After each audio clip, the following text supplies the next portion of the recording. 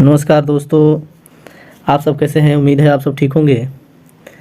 तो सबसे पहले आप सबों को नवरात्रि की हार्दिक शुभकामनाएं। माता रानी की कृपा आप सब पर बनी रहे।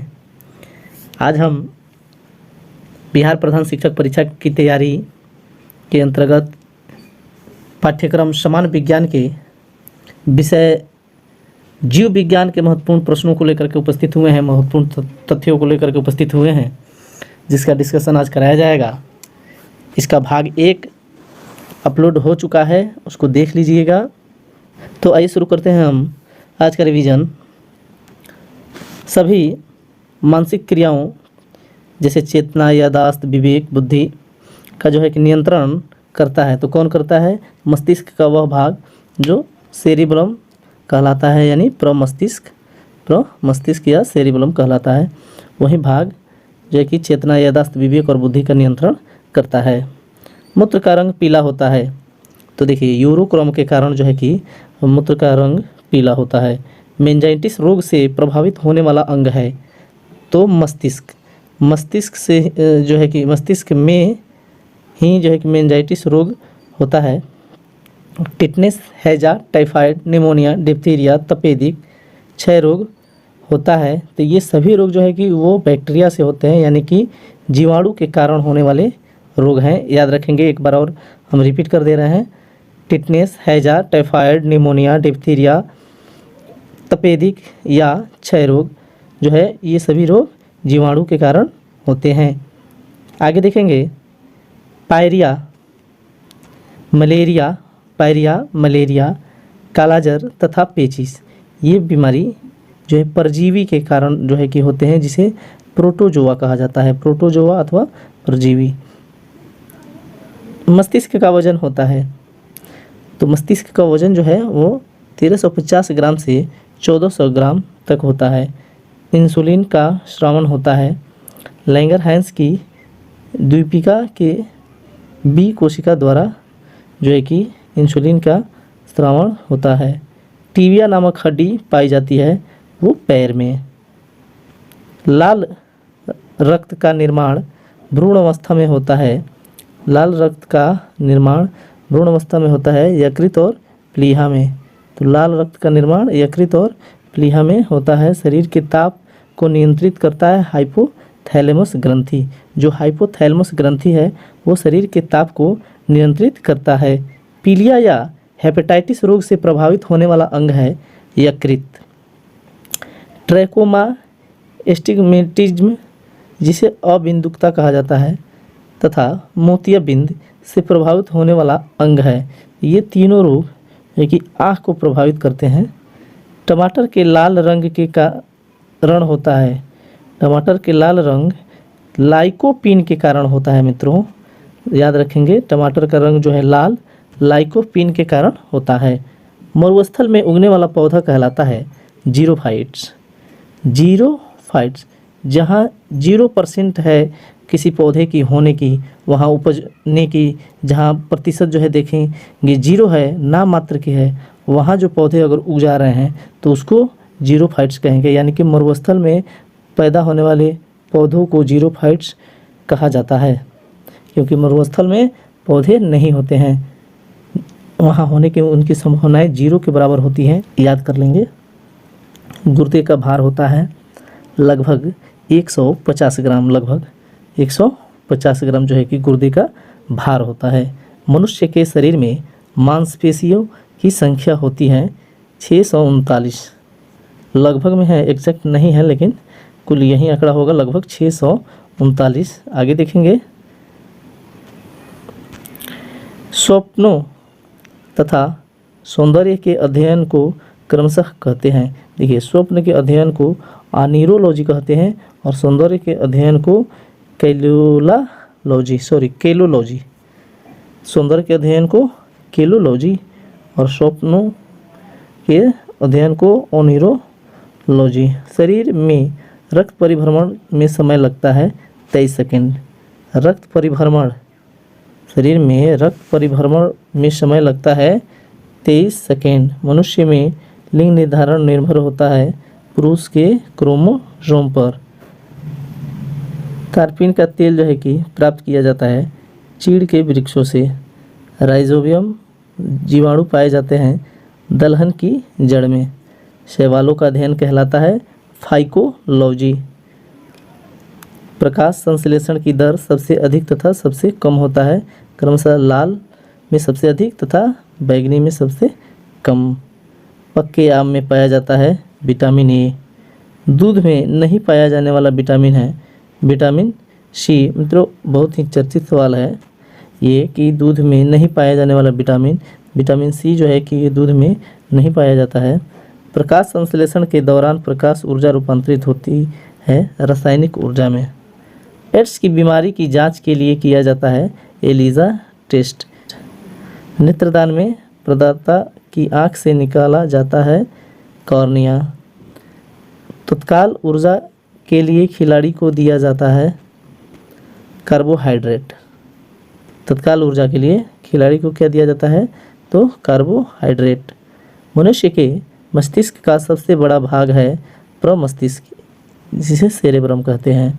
सेव तथा नाशपाती के खाने योग्य भाग है। सेव तथा नाशपाती का जो भाग खाने वाला है उसको मांसल पुष्पासन कहा जाता है। वृक्क की इकाई होती है नेफ्रॉन। त्वचा के रंग का कारण होता है मिलेनिन पिगमेंट।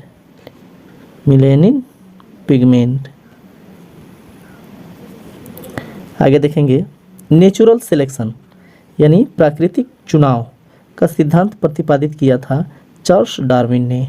आनुवांशिकता का जन्मदाता माना जाता है ग्रेगरी मेंडल को। यकृत में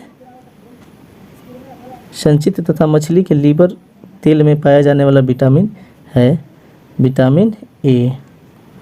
नाइट्रोजन स्थिरीकरण के लिए जिम्मेदार बैक्टीरिया पाया जाता है सिम्बी पौधे के जड़ में। आरएच एक एंटीजन है जो पाया जाता है लाल रुधिर कणिकाओं यानी आरबीसी में। सत्य फल ट्रू फल तथा असत्य फल यानी फॉल्स फ्रूट। ट्रू फ्रूट तथा फॉल्स फ्रूट यानी सत्य फल और असत्य फल उत्पन्न होता है क्रमशः अंडाशय तथा बीजांड से। यानी कि जो सत्य फल है वो अंडाशय से, जो असत्य फल है वो बीजांड से। याद रखेंगे। मिट्टी के बिना पौधे की वृद्धि की प्रक्रिया कहलाती है हाइड्रोपोनिक्स। हाइड्रोफोबिया बीमारी होती है कुत्ता के काटने से। हीमोफीलिया एक आनुवांशिक रोग है जिसका परिणाम है रक्त का नहीं जमना। हीमोफीलिया में जब बीमारी हो जाती है तो रक्त नहीं जमता है, रक्त का थक्का नहीं बनता है। डायबिटीज यानी मधुमेह का कारण है। यह जो बीमारी है वो बहुत ही जोरों पर चल रही है आजकल, इसका बहुत ज़्यादा प्रचलन है। मधुमेह यानी शुगर की बीमारी डायबिटीज। तो इसकी जो है कि होने की जो कारण है वो इंसुलिन की कमी के कारण जो है कि मधुमेह बीमारी होती है। कीमोथेरेपी का उपयोग किया जाता है कैंसर के इलाज में। याद रखेंगे कीमोथेरेपी कीमोथेरेपी या कौसे कैंसर, कीमोथेरेपी कैंसर। आगे बढ़ते हैं। स्पॉन्डिलाइटिस क्या?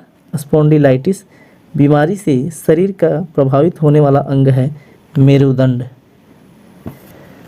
SARS यानी सीवियर एक्यूट रिस्पिरेटरी सिंड्रोम है एक वायरस जनित बीमारी।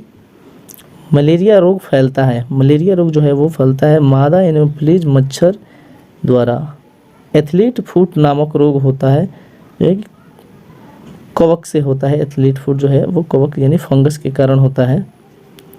शरीर में कोलेस्ट्रॉल की अधिकता होने के कारण होता है हृदयाघात यानी हार्ट अटैक। शरीर में जब भी कोलेस्ट्रॉल की मात्रा अधिक हो जाएगी तो हार्ट अटैक होने के, हृदयाघात होने के संभावनाएं ज़्यादा रहेंगी। आगे देखेंगे। प्रदूषित जल पीने से प्रायः होता है। प्रदूषित जल पीने से प्रायः होता है क्या? तो हैजा, पीलिया, टाइफाइड। तो याद रख लेंगे कि हैजा, पीलिया तथा टाइफाइड नामक जो रोग हैं वो दूषित जल पीने से होता है। आँखों में बाहर से पड़ने वाले प्रकाश को नियंत्रित करता है आइरिस। आइरिस क्या करता है? आइरिस जो है कि प्रकाश को नियंत्रण करता है। इसी आइरिस के कारण यदि हम बाहर से किसी अंधेरे कमरे में जाते हैं तो एकाएक कुछ दिखाई नहीं पड़ता। धीरे धीरे जो है कि मांस आइरिस जो है कि खुलती है, पुतली जो है कि आइरिस जो है कि सिकुड़ती है, तो पुतली पर रेटिना पर प्रतिबिंब बनता है, जा कर के हमको कमरे के अंदर के चीज़ें दिखने लगती हैं। और उसी तरह जब हम बंद कमरे में रहते हैं, एक अंधेरे कमरे में रहते हैं, तो सारी हमारी आइरिस जो है कि फैली रहती है, और एकाएक जब हम बाहर जाते हैं, रोशनी में जाते हैं, तो हमारी आंखें चौंधिया जाती हैं, कुछ नहीं दिखाई देता है। तब है कि आइरिस फिर से जो है कि फैलती हैं और पुतली पर अपना नियंत्रण करती हैं, जिससे प्रकाश नियंत्रण होता है, और प्रकाश के नियंत्रण से ही हमारे आँखों को कोई भी चीज़ दिखता है। एड्स का वायरस होता है HIV जो है वो एड्स का वायरस है। जीव विज्ञान में कोशिकाओं के अध्ययन को क्या कहते हैं? साइटोलॉजी। जैव विकास के संदर्भ में सबसे प्रसिद्ध सिद्धांत है डार्विनवाद सिद्धांत। जो डार्विनवाद सिद्धांत है वो जैव विकास के संदर्भ में सबसे प्रसिद्ध सिद्धांत है। मनुष्य में लगभग कितने अवशोषी अंग पाए जाते हैं? तो 100। कोशिका के किस भाग को इसके अणुओं का यातायात प्रबंधक भी कहते हैं? गोल्जी काय। याद रखेंगे मित्रों, गोल्जी काय को कहते हैं। लाइसोसोम में कितने प्रकार के एंजाइम पाए जाते हैं? ये लाइसोसोम, जिसे आत्महत्या की थैली भी कहा जाता है मित्रों, याद रखेंगे। लाइसोसोम में कितने प्रकार के एंजाइम पाए जाते हैं? तो 24 प्रकार के। न्यूक्लियोटाइड क्या है? न्यूक्लियोटाइड क्या है? एक कार्बनिक अणु। किन क्रियाओं का संचालन करना DNA का मुख्य कार्य है? ये अनुवांशिक जो है कि क्रियाओं का संचालन करना DNA का मुख्य कार्य है। DNA की अधिकांश मात्रा जो है कि कहाँ पाई जाती है? तो केंद्रक में। याद रखेंगे। RNA का संश्लेषण किससे होता है? तो DNA से। RNA का संश्लेषण DNA से होता है। RNA का मुख्य रूप से कहाँ जो है कि RNA को मुख्य रूप से कहाँ पाया जाता है? यहाँ मिस प्रिंटिंग है। RNA को मुख्य रूप से कहाँ पाया जाता है? तो ये कोशिका द्रव में पाया जाता है। RNA अर्धसूत्री विभाजन किस प्रकार की कोशिका में होता है? अर्धसूत्री विभाजन तो जनन कोशिकाओं में जो है कि होता है अर्धसूत्री विभाजन। सबसे बड़ी कोशिका किसकी होती है? तो शुतुरमुर्ग के अंडे की। मित्रों याद रखेंगे, बहुत ही बढ़िया प्रश्न है, कई बार अन्य प्रतियोगी परीक्षाओं में पूछा जा चुका है कि सबसे बड़ी कोशिका किसकी होती है? तो शुतुरमुर्ग के अंडे की। सबसे लंबी कोशिका किसकी होती है? तो मानव तंत्रिका तंत्र। जो हमारा तंत्रिका तंत्र है, जो मस्तिष्क से सारे भागों में, शरीर के सभी अंगों तक जो है कि फैला हुआ है, उसी के माध्यम से हमारे मस्तिष्क को ये सूचना मिलती है कि हमें हाथ की कौन सी उंगली मोड़नी है, पैर का कौन सा उंगली मोड़ना है, पैर कहाँ रखना है, कब मोड़ना है, कब उठाना है। ये सारी सूचनाएं जो हम गतिविधि जो शरीर की करते हैं, वो तंत्रिका तंत्र के द्वारा सूचना मस्तिष्क को दी जाती है, तभी हम कर पाते हैं। सबसे छोटी कोशिका किसकी होती है?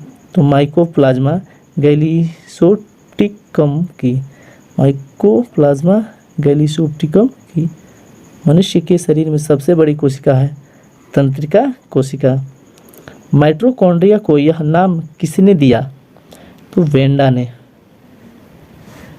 पादप कोशिका का आकार लगभग किसके समान होता है? तो आयत। जंतु कोशिका का आकार किसके समान होता है? तो वृत्त। तो मित्रों, जंतु कोशिका का आकार वृत्त के समान होता है। कोशिका विभाजन को ध्यान देंगे। कोशिका विभाजन को सर्वप्रथम किसने देखा था? तो विर्चाओ। विर्चाओ ने कोशिका विभाजन को सर्वप्रथम देखा था। रासायनिक दृष्टिकोण से कोशिका झिल्ली किसकी बनी होती है? फॉस्फोलिपिड एवं प्रोटीन की। 1861 ईस्वी में किस वैज्ञानिक ने जीव द्रव्यवाद का प्रतिपादन किया था? मैक्स सुल्ज ने। कौन सा अंग प्रायः जंतु कोशिका में उपस्थित नहीं होता है? लवक। माइटोकॉन्ड्रिया किसमें अनुपस्थित होता है? ध्यान देंगे, माइटोकॉन्ड्रिया जो है वो किसमें अनुपस्थित होता है? जीवाणु में। जीन शब्द का प्रयोग सर्वप्रथम किसने किया था? जोहानसन ने। गुणसूत्रों का निर्माण किस पदार्थ में होता है? क्रोमेटिन। माइटोकॉन्ड्रिया का भीतरीकरण क्या कहलाता है? क्रिस्टी। डीएनए से आरएनए बनाने की विधि को क्या कहते हैं? ट्रांसक्रिप्शन। आरएनए से डीएनए बनाने की विधि को क्या कहते हैं? तो रिवर्स ट्रांसक्रिप्शन। अनुवांशिकी संबंधी प्रयोग के लिए मेंडल ने किस पौधे का चुनाव किया था? तो अनुवांशिकी संबंधी क्रियाओं के लिए मेंडल ने जो है कि प्रयोग किया था मटर के पौधे का। याद रखेंगे, मटर। अनुवांशिकता या अनुवांशिक क्रिया, अनुवांशिकता या अनुवांशिक क्रिया की मूल इकाई क्या है? तो मूल इकाई उसका जीन होता है।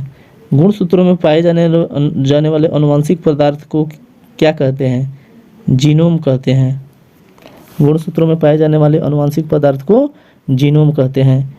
पाचक नाल का विस्तार कहाँ से कहाँ तक होता है? तो देखिए, पाचक नाल एक तरह से पाचन की जो क्रिया है वो मुख से ही शुरू हो जाती है और अंततः मल द्वार तक जो है कि चलती है।